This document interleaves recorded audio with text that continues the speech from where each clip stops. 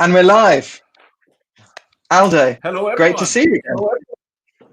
Good to see you, Lewis. How are you? How's been your Good week? to see you. It's been great. There's a lot's happened. We've had a lot of announcements from the government and from the Chancellor, and that's triggered a lot of questions which we've used for this show. But firstly, thank you very much for everyone who tuned in last time. Feedback's been great, and yeah, we really enjoyed doing it. So this week we're going to have a chat about furlough and the key issues that businesses need to think about as people start returning to work. And it's great to be joined by Nicholas Lakeland, who's an employment law partner at Laytons. Let's get him onto the stream. Here we go.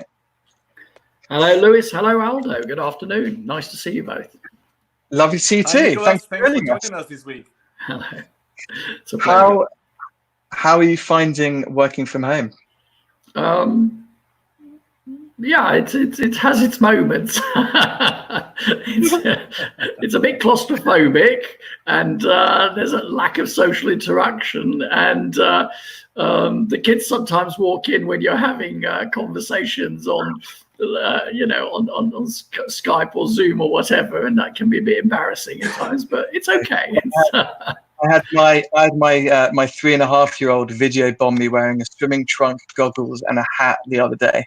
Excellent. And yeah, it was quite a serious person I was speaking to, so you've kind of got to style it out. But that's the norm right now. Yeah. It's funny how things have changed. And that's the norm about going live. You have to deal with the unexpected situations where we're working around the living room. So you're right. So yeah. You're right. So sorry everyone that we were 5 minutes late. Technical difficulties. But it's great fun. I mean, we've really enjoyed getting to use these different technologies, and being able to do these kinds of conversations with people has been amazing. So no, it's really good. Yeah, and so, it's great to be doing this every Wednesday. It's going to turn this lockdown into a great routine. Just to jumpstart with Nick, thank you again, and really appreciate you joining us. Wanted to know what we know so far about furlough as we gradually open up. So what are the issues businesses should be thinking about, especially with social distancing and other health and safety measures for employers and customers? Well, there are two issues, aren't there? The first is how you're going to keep your staff, your customers, your clients safe. So that's a health and safety issue. The second one is the commercial side of it. What can you afford to do when you are going to have a very slow start to and a very gradual sort of reopening? So, if you're a shop, you may only have very few customers coming in. How much staff can you afford to employ or pay at that time? So they're two different aspects to the problem. I mean, let's deal with the first one. The first one is the basic, very fundamental issue that it is your duty as an employer to look after the health and safety of your staff, of your clients, of your customers, of any third party that turns up on your premises. It's a basic duty. It goes back to the Health and Safety at Work Act of 1974, and it's a primary duty. And it's really important because if you get it wrong, you can be prosecuted, actually. It's right. That serious. So you can't go, it's something you've got to take on board and you've got to deal with. Everybody has to, every business should have a risk assessment, for example. Now, for a shop or for an office, it's quite simple to do. But this is the time to look at that risk assessment and revamp it and use it as a template to then look at what risks customers, clients, anybody turning up on the premises has as a result of the COVID-19 infection. So you've got to be asking. Does that have to be done by an external party, or no, is it okay if? I mean, there are lots of health and safety consultants who do this sort of thing, but you can do it yourself, and actually you should do it yourself. But you should be buying into the issues that you have on your premises, in your business, because you know your business best. So you'll know where the narrow corridor is that two people can't walk past each other, allowing 2 meters between distance. So, it's a matter of getting a block of paper and walking around and saying, right, I've got to keep everybody social distance. So what's 2 meters between the seating position of one person and another? How do I ensure that people come in and out of the front door so that they don't get within 2 meters of each other? How do I make sure that people wash their hands regularly? Because hand washing seems to be one of the most effective ways of making sure you don't get an infection. Are you going to have, sanitizing gels on the premises? Can you even, can you get a stock of them in the first place? They talk about masks, and yes, there seems to be some marginal benefit to masks, but that seems to be a debate that's going back and forth. I'm not necessarily convinced, from what I've read, that masks are the be all and end all, but they may make people feel safer. But you've got to look beyond that. You've got to think about, how are your staff going to safely work, come to the place of work? So the first question has to be, do you need them there at all? That's from a health and safety point of view. Do they have to be in the office? Do they have to be in the place of work? Can they be at home? Can they stay at home? How long can they stay at home for? And incidentally, as an employer, you continue to have a duty to look after the health and safety of employees when they're working at home. So you're supposed to do an assessment of home working as well. So right now then, as we start to open up, so businesses should think about the risk assessment, because a lot of people are worried about going back to work, if we're honest. Certainly office workers, where you might be in a building of 2,000, 3,000 people.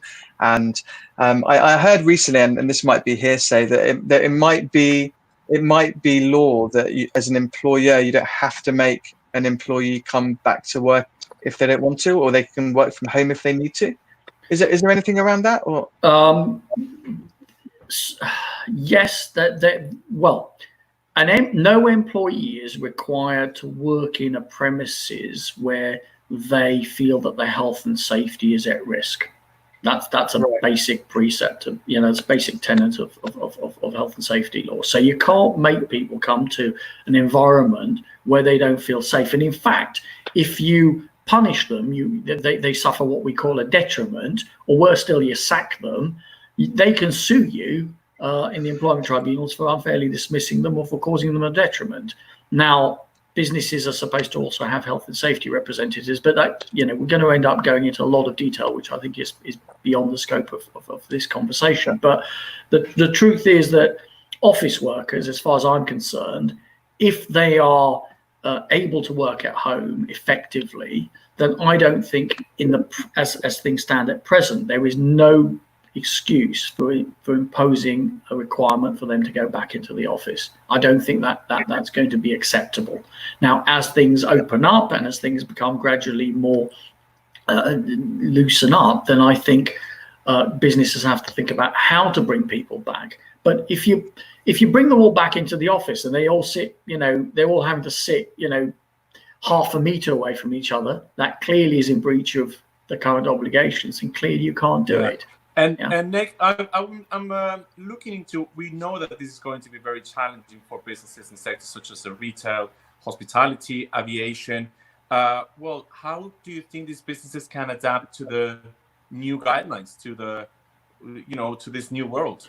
Well, they're going to have to do a lot of planning. I mean, they're going to have to do a lot of planning in terms of how they open and how they arrange their physical premises, but they're also going to have to do a lot of planning as to how they manage their workforce. I mean, it's quite clear that the furlough scheme that's been amended is looking towards a gradual reintroduction of people into the workforce. So, I mean, we have no detail. It's all being published at the end of May, but the Chancellor of the Exchequer has talked about gradually allowing people to go back to part-time working and that sort of thing. But businesses are now looking at how they're going to restructure. So if you're talking about the aviation industry, there's no doubt about it. They're having to cut jobs. They have no choice. They haven't got the money to pay these employees. They won't have the revenues. So they've got to cut jobs, and they've got to actually resize themselves till such time as the industry can sort of revamp itself and get working again. Yes, Nick, I agree. And considering other countries, they don't have such tools as the one we have in the UK. And the Furlough Scheme has been so far well noticed amongst many countries, especially in Europe. Can you give us a quick explanation of the Furlough Scheme? Well, furlough is a scheme whereby employers are entitled to recoup the wages that they're paying to their employees up to a maximum of £2,500, and then there's tax and national insurance on top of that, and it's so as to pay 80% of wages. So it's a scheme that's been introduced and is effectively a grant to these employers, and has enabled, I believe, somewhere between 6 and 7 million people to remain in work.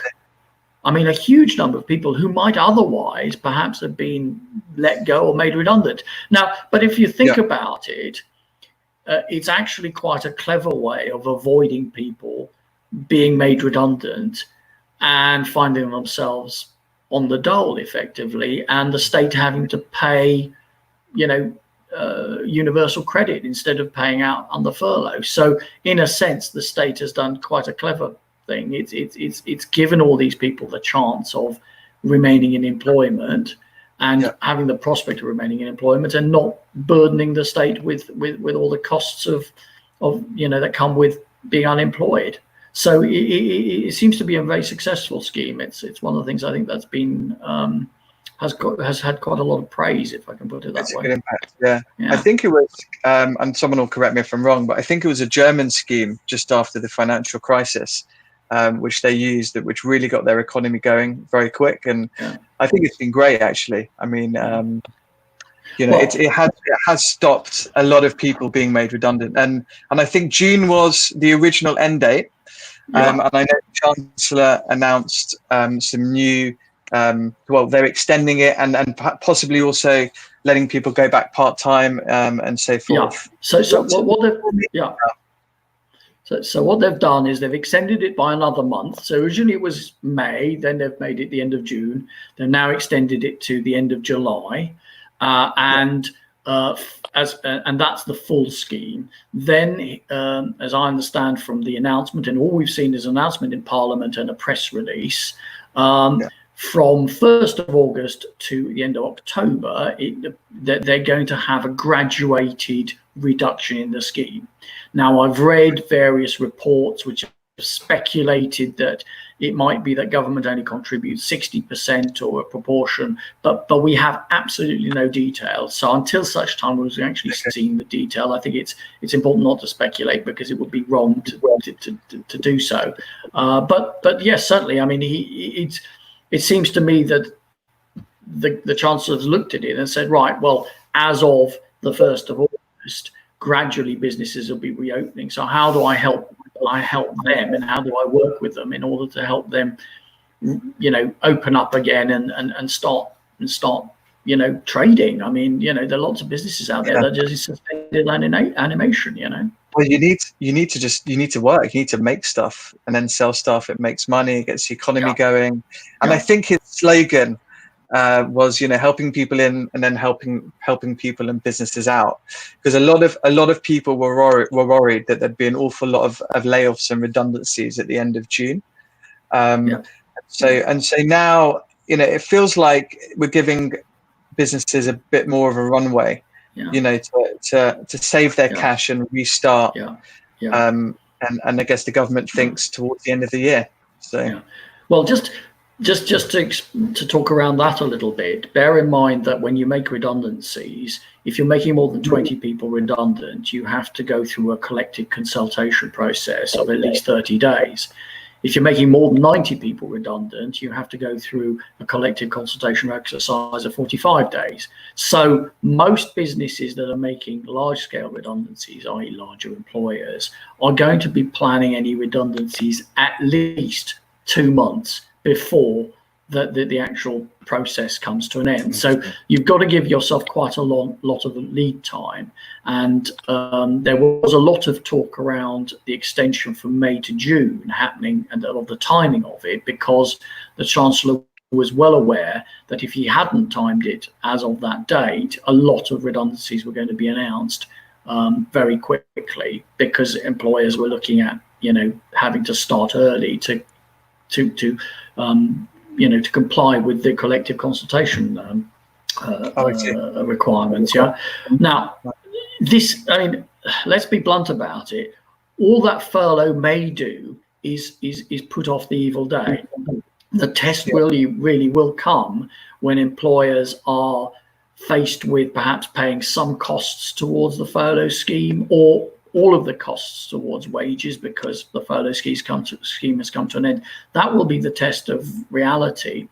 And at that point, we will know how many people are actually being let go and being made redundant, because companies can't pay employees if they haven't got the money coming through the front door. And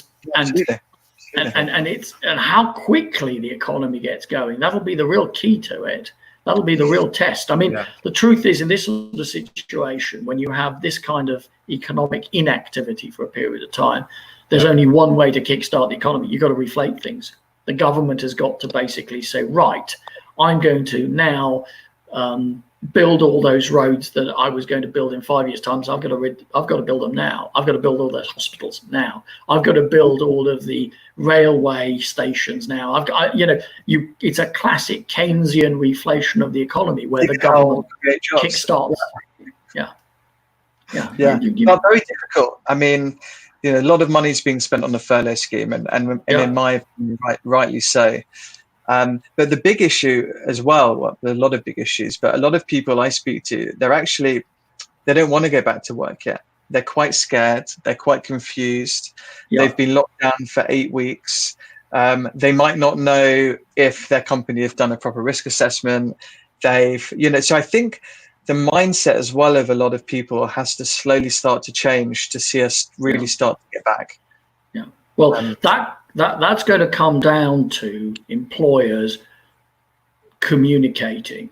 It's really important in this sort of situation, for if employers want to have a motivated, productive workforce, for them to be interacting with those employees. So clear guidelines as to how those employees might be able to even travel to to their place of work, because some employees may say, well, I can't do it. I don't know if you saw them, but there were some photographs this morning online of people going on the tube, really crowded in, and everybody was horrified. Now I can imagine there's lots of people out there who are scared to travel on the tube, and government saying travel on the tube if you can social distance. Well, clearly people weren't doing that.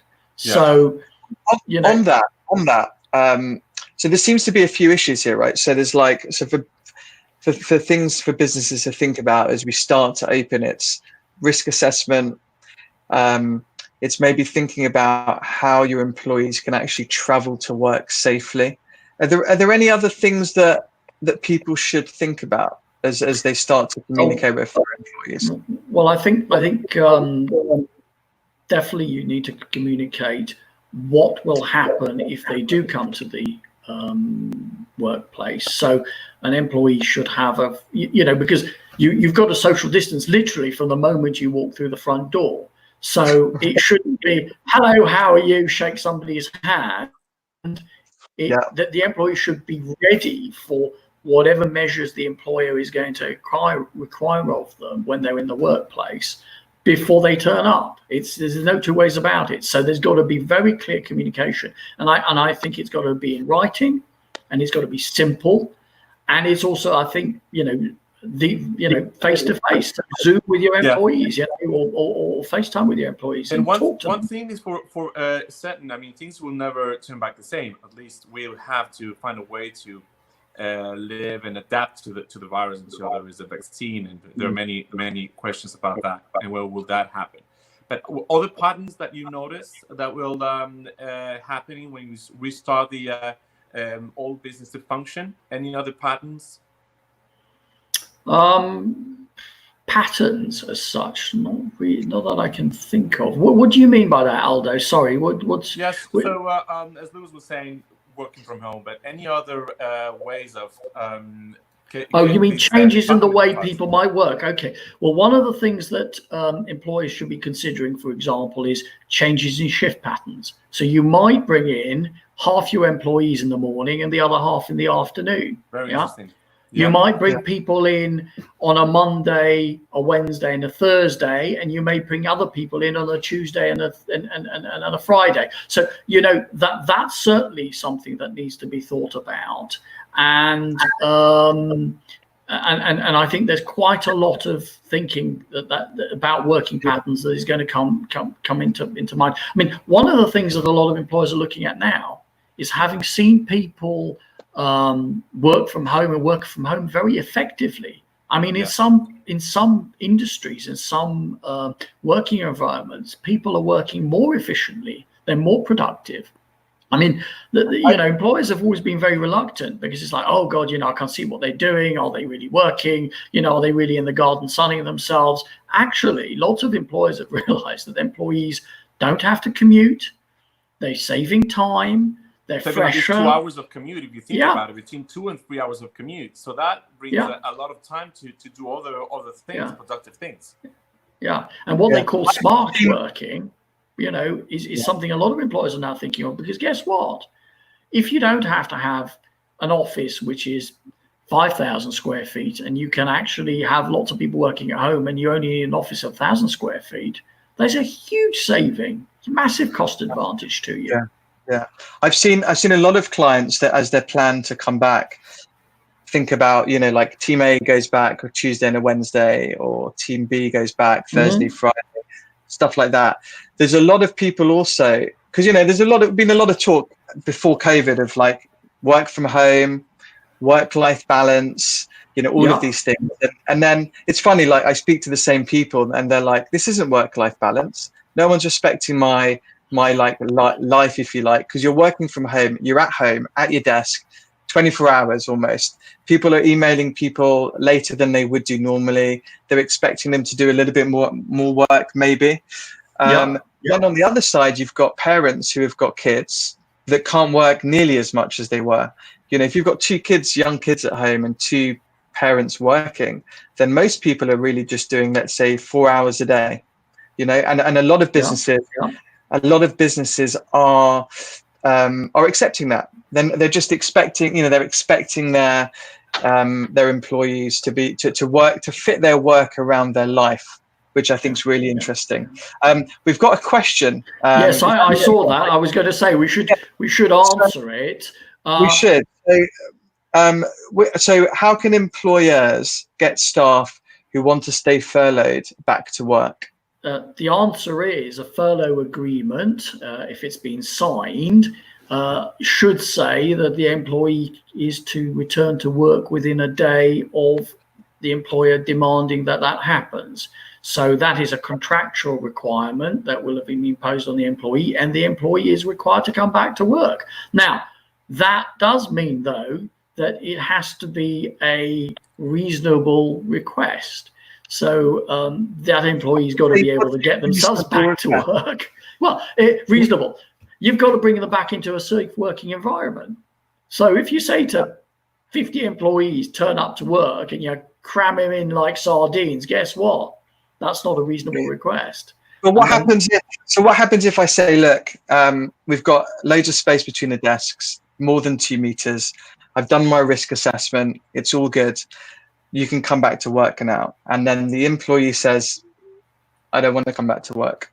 I think I'm too scared, or I think I'm going to catch the virus, or, you know, what it is.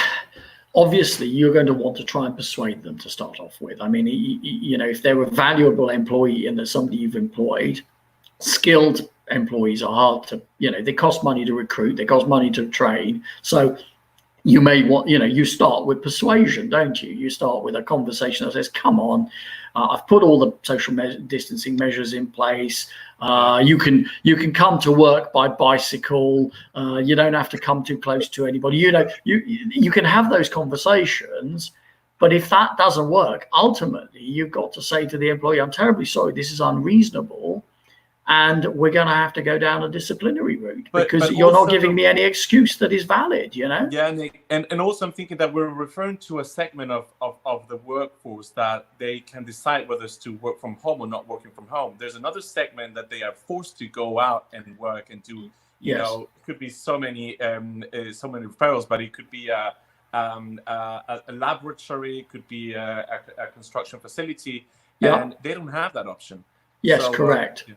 Yeah. Well, in construction, for example, they're working outdoors a lot of the time. So actually, it's much easier for them to social distance. And in a sense, it's probably safer.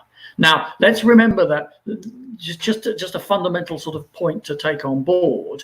Not all businesses are being encouraged to open up at the present moment. Right. So, you know, the hospitality sector is being told, you keep, you know, you're shut for now. So till the 4th of July, you know, there are quite a lot of businesses in this country that's just not allowed to open. So, you know, you've got to be it's very sector specific. Okay. And there's a lot of guidance actually the government has put online. If people want to find out about it and want to take the time to read, there is lots to read and there's plenty of guidance. It's just the problem is a lot of people don't particularly like spending, you know, hours and hours of their time reading it. I think also it's worth remembering the people that have been working throughout this crisis. You know, it's lower paid workers that have been getting out and working, right? So NHS, construction, you still see builders around.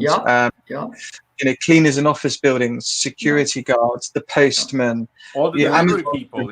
Delivery people. You know, I mean, I think you just have to remember that there's a lot of people that have been working throughout it. It's often lower paid workers, often overlooked, and should be more appreciated. And then on the other side, if you think about all of the redundancies that have really gone on, again, it's lower paid workers. And I think, you know, just a lot of it's perspective, just taking a moment. Well, I think there is an element of that. Yes, I agree with you. But with the redundancies, I think it's been very sector specific. I do think that, you know, the travel sector in particular has had a really difficult situation on its hands. I mean, you know, what was it? Matt Hancock, I think yesterday said that nobody should really expect to go off on overseas holidays before the end of the year. Well, guess what? That's you know, that's all the airlines who are not going to get any business before the end of the year. Then that's none of the travel agents, the hotels. I mean, you know, maybe everybody stay at home and national even hotels will do well, but I don't know. The airport but also remember, like with air travel, it's not just the policies of our specific country. You know, like a lot of countries have got different ways of dealing with the crisis. I spoke to someone in Sweden today. They've never locked down and stuff. It's very variable. And so, air travel and stuff, it feels like it's going to take a bit more time. Certainly. Well, the Swedish model is actually quite an interesting one, I think. But their country is, the difficulty is that they're not as urban as we are. You know, London is, you know, London is very urban, and to get to work, most people have to either travel by tube or by train. That is a huge risk factor. So is it okay then? Is it okay then for just circling back to the furlough? If I'm too worried about getting on the tube or train, and that's my only route to work, is it okay for me to say to my employer, do you know what? I don't feel comfortable traveling in right now. Well, it's very factor specific, isn't it? If that refusal to the present government guidance is avoid public transport if you can. Okay. If that is your only means of getting to work, and when you turn up to the tube station, there are queues round the block of people trying to get on, and you can't social distance, then I think an employee has a reasonable argument to say, look, I didn't want to get on because I couldn't social distance. Now that I think is probably one of the most difficult areas for employers and employees to look at, because, you know, the message is contradictory. It's like, go back to work, but don't use public transport. Go back to work, but if you do use public transport, social distance. Well, you know, maybe the answer is, I'll come back to work, but I'll travel at 11 o'clock in the morning. Well, do you know what the thing is? I think the thing is to remember is that I know a lot of people are looking to government for the answers, and quite frankly, they don't have all the answers right now. You know, things move so quick. But for business, I think it's a great opportunity. You know, you can structure your business in such a way where, you know, your employees can work from home if they want, or they could come to the office if they want. I think employers that get it right will be employers of choice.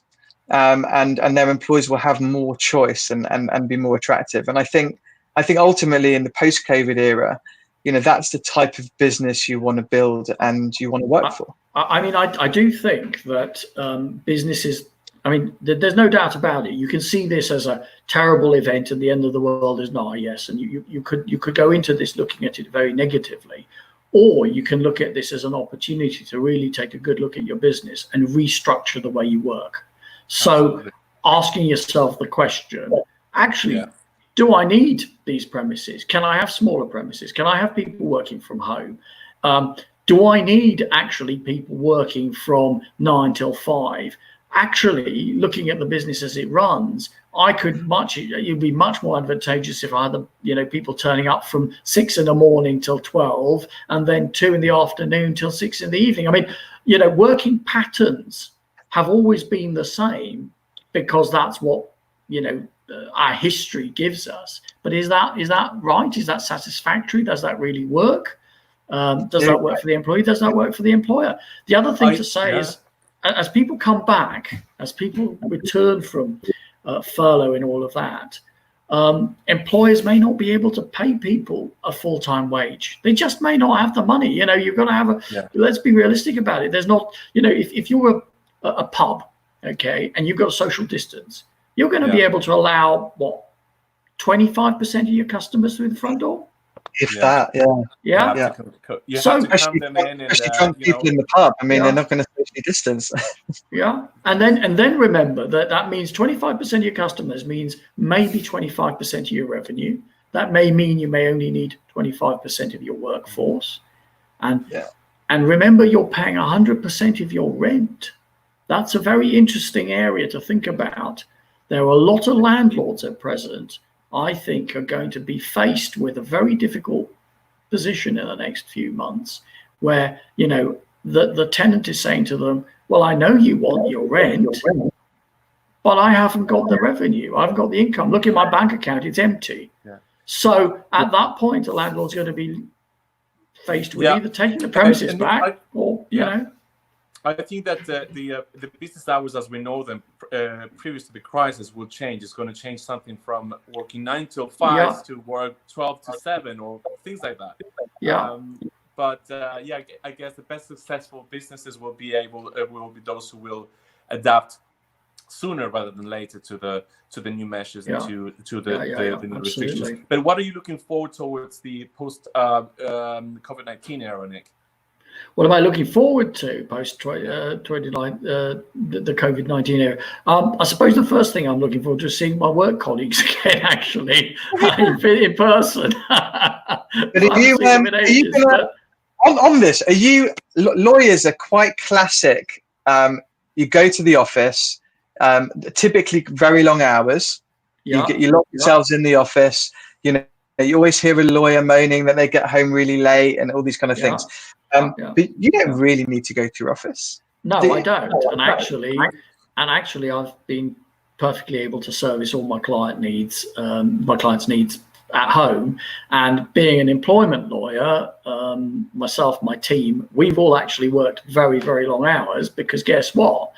Furlough, redundancy, changes in work patterns, that's all to do with employment law. So in fact, we've had more demand for our services than most, actually. So it's been a very, very demanding few weeks, particularly when all the furlough guidance and the HMRC direction have come out, where we've had to spend a lot of time reading up what the changes are, what the guidance is, and the guidance has shifted. It's not been clear. We've had to work really long hours to get on top of it and then advise our clients. They've issued legislation and guidance, in the course of 6 weeks that normally takes government 3 years. And there's all been a consultation, all sorts. So it's like been working at an amazing speed, really. So yes, I mean, but I have to say that I think I'm looking forward. I'm not quite looking forward to the end of COVID-19 lockdown, because the truth is, I think this is going to bring an awful lot of restructuring, an awful lot of redundancies, an awful lot of changes, and that's going to increase my workload even more. So in a sense, I'm looking forward to it because it'll be good for business, but actually, it's going to be quite intense. It's quite intense. It'll be challenging. I think. Yeah. I think visiting clients and customers is going to be quite interesting. You'll probably end up asking a customer to go for a walk with you for an hour, rather than see them in their office. Yes. Especially as coffee shops do takeaway rather than sitting in. So, I mean, personally, obviously it's a super challenging time and the worst economy that we've ever lived in.